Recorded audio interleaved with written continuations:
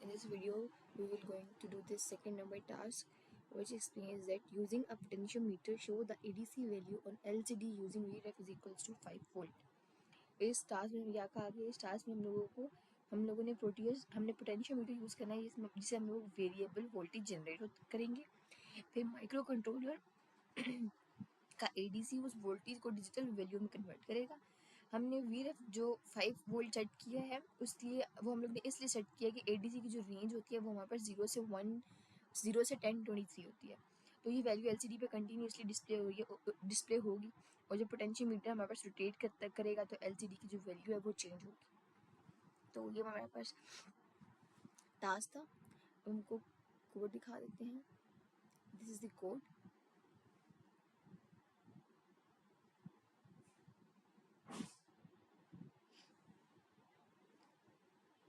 अब सबसे पहले हमारे पास यहाँ पे ये क्लॉक डिफाइन की लाइब्रेरीज है।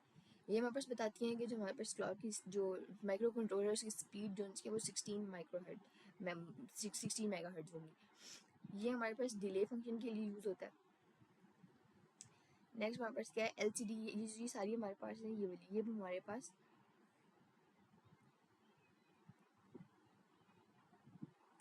एलसीडी की जो पिन है उनके साथ उनकी मैपिंग, एलसीडी पिन मैपिंग्स की ये सारी कमांड्स हैं। यानी कि हम लोग जो एलसीडी की पिन्स क्या कहते हैं उसको एक मेगा के साथ कनेक्ट कर रहे हैं, कनेक्शंस कर रहे हैं, ये उन सब की वो मतलब है।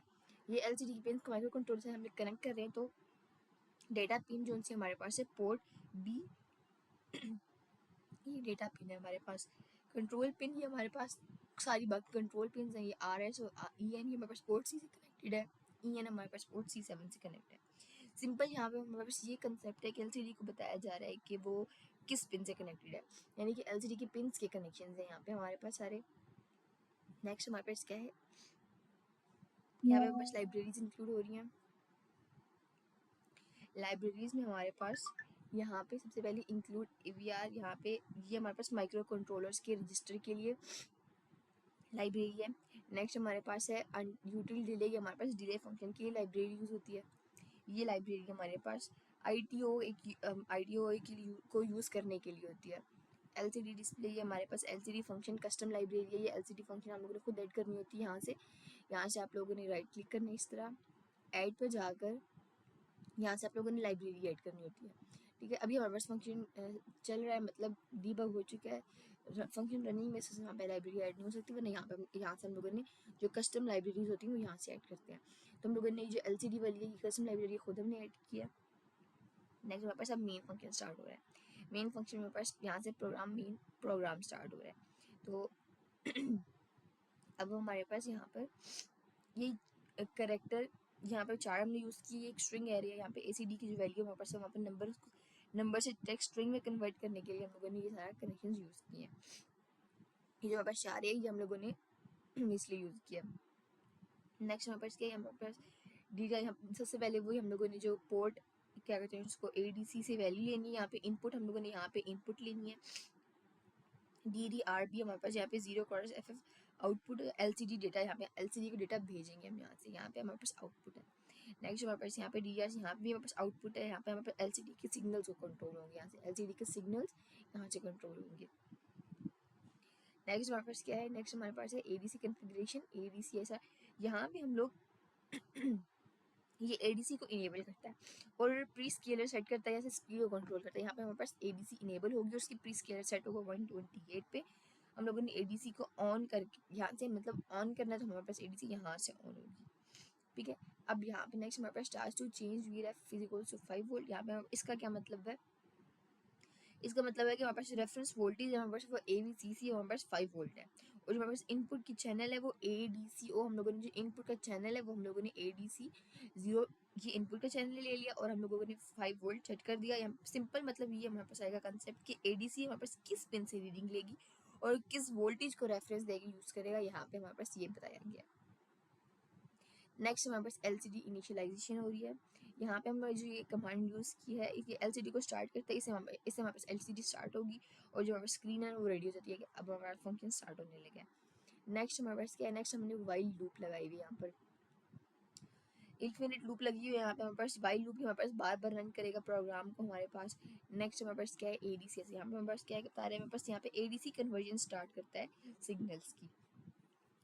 फिर हमारे पास यहाँ पे ये सारी सिग्नल्स की कन्वर्जन है। फिर हमारे पास ये बता रही है जब तक हमारे पास सिग्नल कन्वर्जन हमारे पास कन्वर्जन कंप्लीट नहीं हो जाती तो हमारे पास ये वेट करेगा। ये हमारे पास वेट करने के लिए लगाया गया वाइल लूप। जब तक यहाँ पे सिग्नल की कन्वर्जन हो रही थी, यहाँ पे जब तक हमारे पास कन्वर्जन कंप्लीट नहीं होगी तब तक ये हमारे पास वेट करेगा।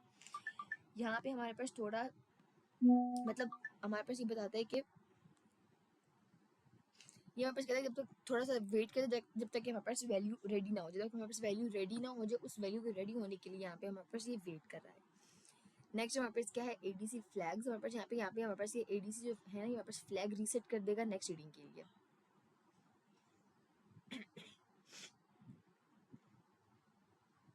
अब यहाँ पे हमारे पास 10 बिट एडीसी जो वैल्यू है ना वो रीड करता है यहाँ पे, ठीक है। जो हमारे पास ये एडीसी है ये हमारे पास 10 बिट की वैल्यू रीड करता है, क्योंकि इसकी हमारे पास वैल्यू रेंज क्या है, हमारे पास 0 to 1023, तो इस वजह से हमारे पास 10 बिट्स की वैल्यू रीड कर सकता है। अब यहाँ पे हमारे पास नंबर्स को स्ट्रिंग में कन्वर्ट कर रहे हैं, क्योंकि हमारे पास जो एलसीडी है वो सिर्फ टेक्स्ट डिस्प्ले करता है, जिसकी वजह से हम लोगों को कन्वर्जन चाहिए होती है। फिर हमारे पास यहाँ पर एलसीडी की स्क्रीन है वो क्लियर हो जाएगी, ताकि हमारे पास जो पुरानी जो वैल्यूज़ है ना वो हट जाए और न्यू वैल्यूज़ आए, ताकि ओवरलैपिंग ना हो जाए हमारे पास। नेक्स्ट हमारे पास क्या है, नेक्स्ट हमारे पास यहाँ पर कह रहा है कि फर्स्ट रो फर्स्ट कॉलम पर कर्सर जो कर्सर जो होगा ना तो दोबारा हम लोगों ने रीसेट करना है, स्क्रीन क्लियर की, फिर हमारे पास कर्सर रीसेट होगा, और जब कर्सर रीसेट होगा तो फर्स्ट रो की फर्स्ट कॉलम में हमारे पास जो कर्सर है वो रीसेट हो जाएगा।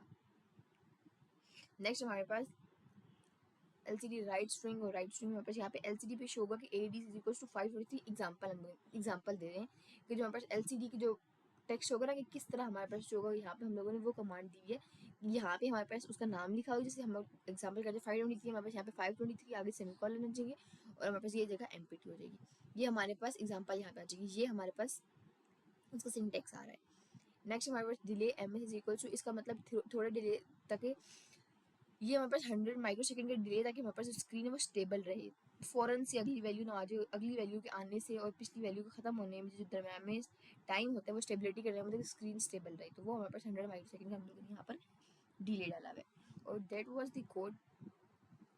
ये हमारे पास सिंपल कोड की समझ लीजिए कि हमारे पास ये कोड जो एडीसी से एनालॉग वैल्यूज़ रीड करता है और फिर उस वैल्यू को स्ट्रिंग्स में कन्वर्ट करता है, ताकि हमारे पास एलसीडी पे डिस्प्ले हो सके, ठीक है। सबसे पहले हमारे पास जो वैल्यूज़ है कोड आया उसको हम लोगों ने एडीसी से एनालॉग वैल्यूज़ के अंदर इसको हम लोगों ने कन्वर्जन की, फिर हमारे पास जो वैल्यू आई उसको हम लोगों ने स्ट्रिंग में कन्वर्ट करते हुए एलसीडी के ऊपर डिस्प्ले करवा दिया, और लूप कंटिन्यूसली हमारे पास चल रहा है यहाँ पे, क्योंकि हमारे पास रियल टाइम वैल्यूज अपडेट होती रहती हैं। तो that's a code. And now move towards the Proteus. This is the Proteus. अब हमारे प्रोटियस में एक मसला आ रहा है कि हमारी स्क्रीन पे डिस्प्ले नहीं आ रहा, काफ़ी कोशिश की है लेकिन फिर भी डिस्प्ले नहीं आ रहा, बट स्टिल अभी हमारे पास सर्किट चल रहा है, लेकिन हमारे पास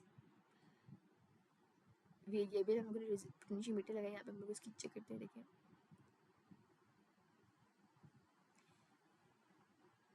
आई डोंट नो वाई, लेकिन हमारी स्क्रीन पे एलसीडी पे डिस्प्ले नहीं आ रहा, कोड हमारा चल रहा है, हमारे पास सर्किट भी चल रहा है बट डिस्प्ले नहीं आ रहा, तो that was the error. That's it, thank you.